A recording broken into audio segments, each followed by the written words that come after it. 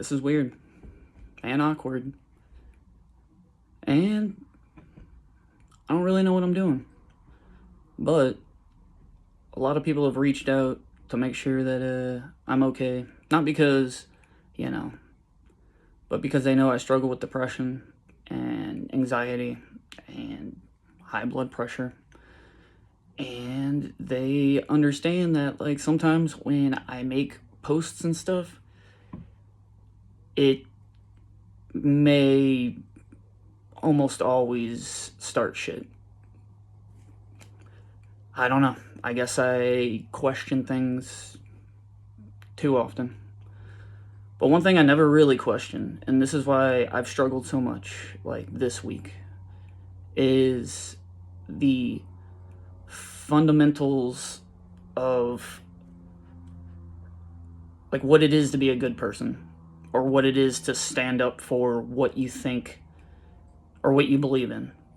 I was taught from my mom, like, she's a real one. She's the one who actually allowed me not to have to be just another one of the church-going people. I'm trying to be really nice. I'm trying to, like, this is an apology video after all, so she allowed me to basically think for myself, is what I'm saying. And growing up, the first little bit of time, it was hard because when you teach kids and stuff that, like, hey, you're gonna burn in hell, you're gonna do all these things, there's this weird, like, feeling of just always, I'm doing things to stay out of, like, burning in hell. And that never sat right with me. It was like, I want to be a good person because I feel like I want to be a good person. I don't need a book to tell me I'm a good person or not. Like, my action should speak louder than my words. And I feel like for 35 years, my actions and my words have been very, very confusing. Because I've been very confused. Because as I try my best to continuously improve and to look at different aspects of life, just look at things, not just oh, that goes against this belief or that goes against that belief. Like, I look at things like, if something has an impact, why does it have such an impact? So being somebody who's worked right down the street from Ferguson for 13 years, when the Ferguson riots happened, I didn't know what to feel, honestly, because I was raised to believe, no, like, why should I feel guilty? I never owned slaves. I never did any of this stuff. So, like, there was always this resistance to take things seriously. But being able to work with people who was part of that community really gave me, like, perspectives and a lot of reason to believe that I should actually try my best to not just assume I know everything, despite what you guys may think with my posts and stuff where it's all matter of fact, and that's part of the apology. I apologize for the way I word things. I do. I'm a dick. If you know me, you know. And I can handle it, I'm not going to word it like that. I'm a dick, so I can handle people being dicks to me, because you got to be able to take it if you dish it out. But, like, I just see people who don't have actual personal experiences believing so much of the shit because 24/7 they are connected to either their phone or their computer, and I'm guilty of it too. You're not, like, I work a job where I can literally just, like, have my headphones in and listen to podcasts, and I do. I barely listen to music anymore, and, like, that's weird because I'm constantly listening to podcasts and constantly YouTube videos, and so I know I'm right there with you. I'm a worker. I'm somebody who puts in the hours. I'm somebody who can't afford the little shitty life I have, but I have certain things I'd like to actually believe that I stand for. And never been one to give cops, like, I guess their fair due. Growing up, it just seemed like the cool thing, especially in the skate culture. It was just like, that's just how it was. Like, you just didn't respect the authority. But when I saw January 6th, and I know you guys could say all sorts of stuff. They held the door open. They did this. Like, why this? Why that? But they filmed their own crimes. Like, you could watch it in every angle, at every timestamp, in every section. Like, you could. Like, you didn't need the surveillance cameras to, like, tell you what you were seeing. People keep asking for footage. You could just go anywhere and watch it live as it was happening. And you got to see the way they were treating the cops, the way they were doing that shit. And, like I said, up until that point, I didn't care. Like, I truly didn't. It just, that's, the weird thing was, I was raised to believe certain things, and it took me a long time. I'm a slow learner, I'm sorry, but it took me 35 years to understand a lot of shit. And one thing, after seeing these hate groups and stuff, like, feel emboldened after they get pardoned, and feeling like they have the right to go to the Capitol, like, the Oath Keeper leader went to the Capitol. That's crazy, man. And, like, you see these cops that literally were just doing their job. I know you can say everything about the way Biden did things, and I'm not a huge fan of Biden. I'm not gonna lie. Like, I put my support in him, like, because that was the option. Despite what I wanted, that was the option. Sucks, but I had to do. And then Kamala Harris, I give her props for the 100 days that she tried, but, like, I think most of us knew what was coming, which was Trump was going to be the president. So, like, this week, I didn't intend on, like, being all pissed off and upset just because, like, why? What's the point? But what he's, like, doing, and what my family and friends are not calling out, is wild. You guys taught me that, like, that you don't beat police. You don't, like, do that. You don't break and enter. You don't, like, it was the peaceful transition of power. Like, it's not open for tours. Am I crazy? And, like, they broke in. And you could say there was FBI and all that stuff. You know what? If there were, find them. Because if anybody was violent that day, they should be held accountable, like, actually. And not called political prisoners or political hostages. Like, there's actual hostages in this world. And if you ask them, hey, would you consider the people who broke into a restricted building, like, during the time of would you consider people breaking the law, basically, and beating cops in, would you consider them hostages because they didn't like the results of an election? And, I mean, shit. I didn't like the results of this election, but, like, I'm making a YouTube video or a cell phone video. I don't even know what I'm going to do with this, to be quite honest. But it's hard to watch my family and friends defend hate groups that,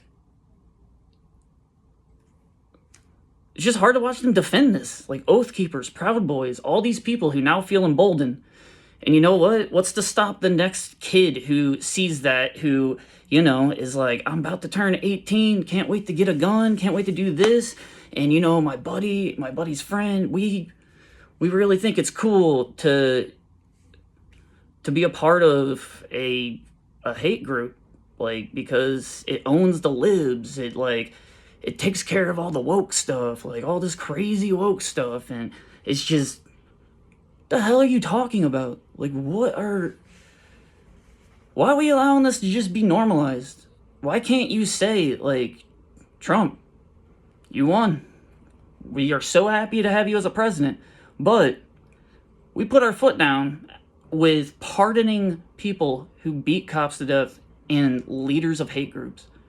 Why am I feeling like I'm in the wrong for defending the cops? Because I lost a lot of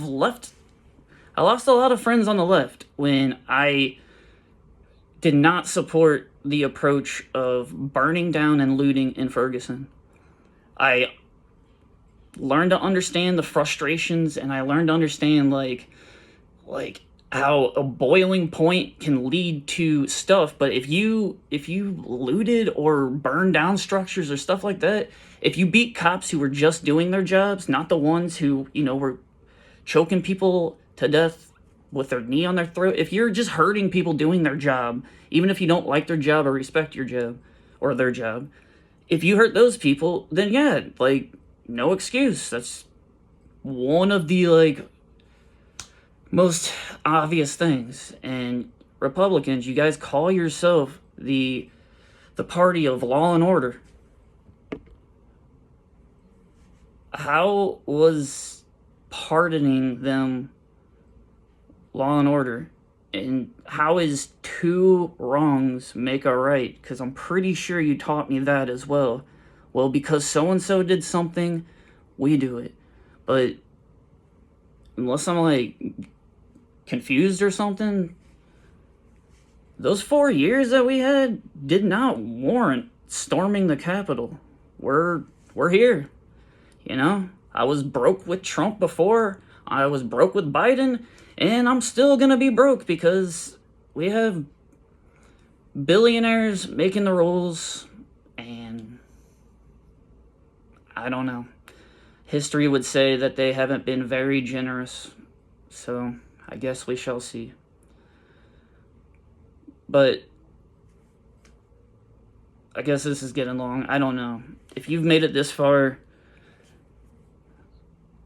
I feel like some things have to be called out, and some things have to still be not okay. And why would you want criminals out?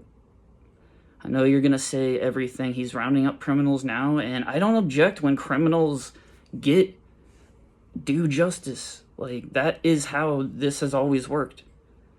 But when, in my lifetime, I don't know, I guess I'm not a historian, but when has it been okay for a president to let out members of a hate group who beat cops and pardon them, and then when he's asked, do they have any place in the political conversation, he said they were pardoned? So we'll just have to see. And I know, if I quote anything like even remotely wrong, I'm gonna get, but I don't know how to do this. I don't know how to edit in videos.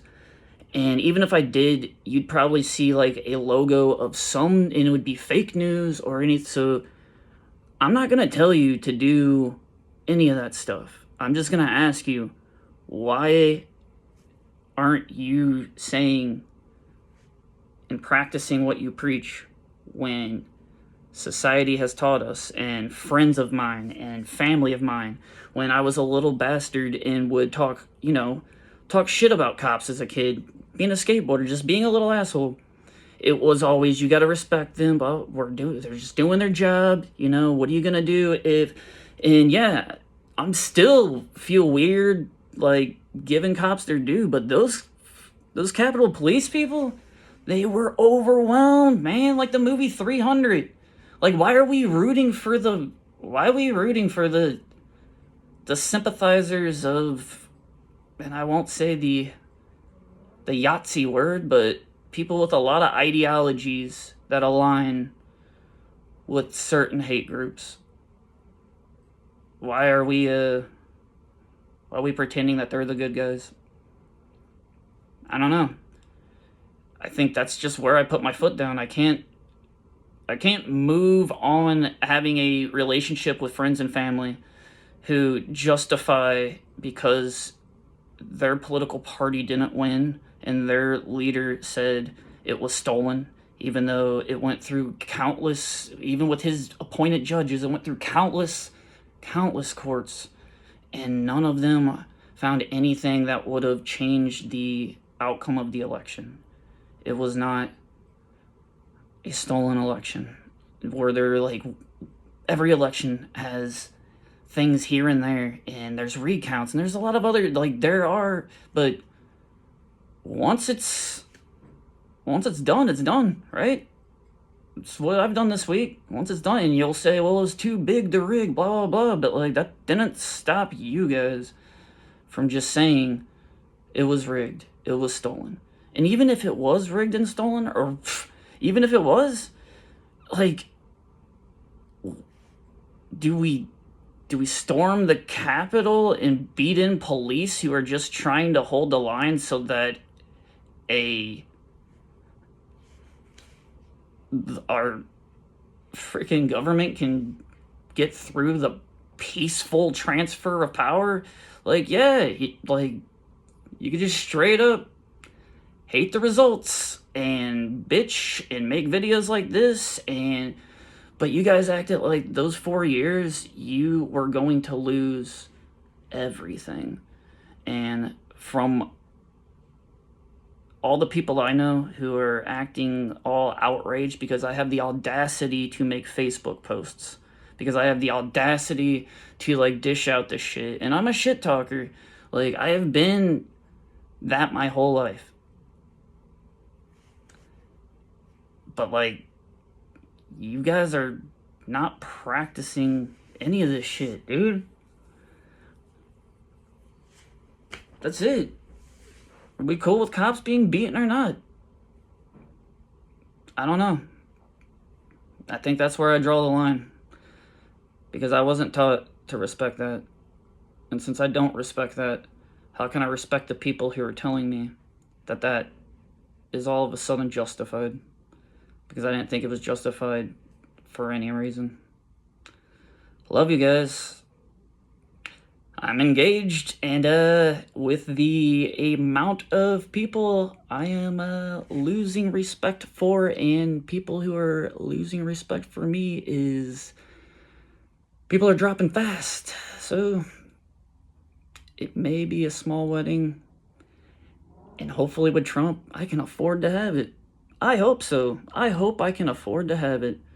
But it's going to be real interesting who I invite, friends and family, if they can't even, like, say that beating on cops and then applauding the cop beaters, or even if you don't applaud it, accepting the fact that they got a pardon, the most violent ones, not the ones who were just walking around, not the ones who were just taking pictures, the violent ones, the leaders of these groups, the Proud Boys, the Oath Keepers, like, all that stuff. What are we doing here? Like, if you don't say no to them, like, for this, for beating cops, what will you say no to? What is the line? And that's really, like, I'm putting my foot down here because I don't know what you guys would tell them no to, honestly. He's trying to put conditions to California getting aid. And I know you'll say, that's a whole nother thing. I don't know. Shouldn't have conditions because of a disaster. Help people. You're the president for fucking both parties. What are we doing? I don't know. Maybe I'm just a libtard, cuck, soy boy, whatever. Like, you can think what you want of me, but I'm gonna leave this video. I'm gonna leave this video up, and hopefully look back one day and say, yeah, I took a stand against emboldening hate groups. Crazy, right? What a crybaby.